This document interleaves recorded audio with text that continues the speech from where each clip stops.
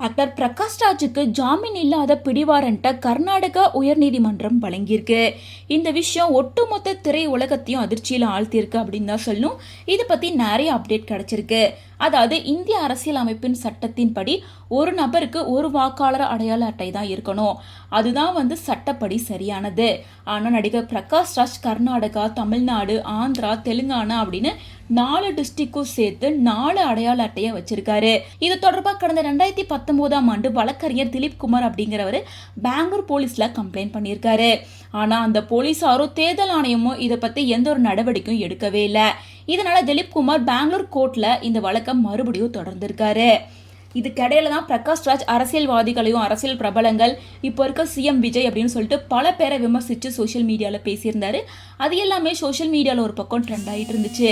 இந்த நிலையில ரொம்ப வருஷத்துக்கு அப்புறமா இந்த வழக்கு விசாரணைக்கு வந்திருக்கு. இந்த வழக்கை விசாரிச்ச ஹைகோர்ட் நீதிபதி பிரகாஷ் ராஜா விசாரணைக்கு நேரில் வரணும் அப்படின்னு சொல்லி 2 முறை நோட்டீஸ் அனுப்பியிருக்காங்க. ஆனால் அவர் கோர்ட்ல ஆஜராகவே இல்லை. இதனால கோவமான கோர்ட் பிரகாஷ் ராஜுக்கு எதிராக பிடி வாரண்ட் அனுப்பியிருக்காங்க. அதாவது நான் பெயிலபிள் வாரண்ட்டை அவங்களுக்கு பிறப்பிச்சிருக்காங்க.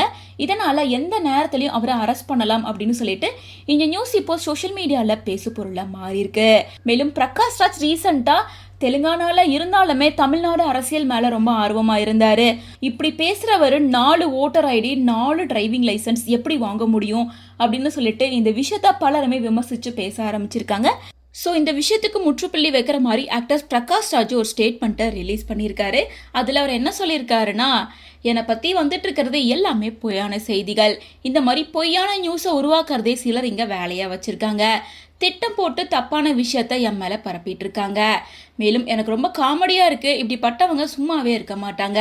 அவங்க ரொம்ப பிஸியாக வச்சுருக்காங்க. அதை பார்க்கும்போது எனக்கு சந்தோஷமாக தான் இருக்குது அப்படின்னு சொல்லிட்டு ரொம்ப ஹாப்பியாகவும் ஃபன்னாகவும் இது உண்மை கிடையாது அப்படிங்கிறத ட்வீட் மூலமாக தெரிவிச்சிருக்காரு.